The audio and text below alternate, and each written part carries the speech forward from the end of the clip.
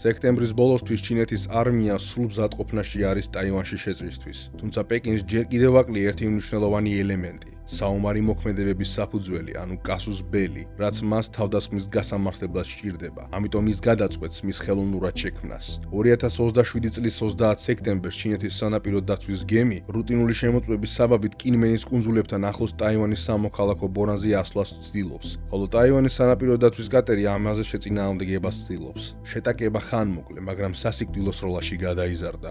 ქაოსში ორი ჩინელი ოფიცერი დაიღუპა. რამდენიმე წუთში ჩინეთის სახელმწიფო მედია ინციდენტს ამძაფრებს და მას ტაივანის აგრესიის არაპროვოცირებულ აქტად წარმოაჩენს. დაძაბულობა მკვეთრად იზრდება. პრეზიდენტი ტრამპი თავის სტილს არ ღალატობს, სი ძინპინს მკაცრი გაფრთხილებით მიმართავ და ჩინეთის მხრიდან ვითარების ესკალაციის შემთხვევაში სერიოზულ შედეგებს სპირდება. თუმცა პეკინი უკან არ იხევს. ჩინეთის სახალხო განმათავისუფლებელი არმია კინმენისა და მაცუს კუნძულების გარშემო საზღვაო ბლოკადას აცხადებს და ტაიბეის ულტიმატუმს უყენებს.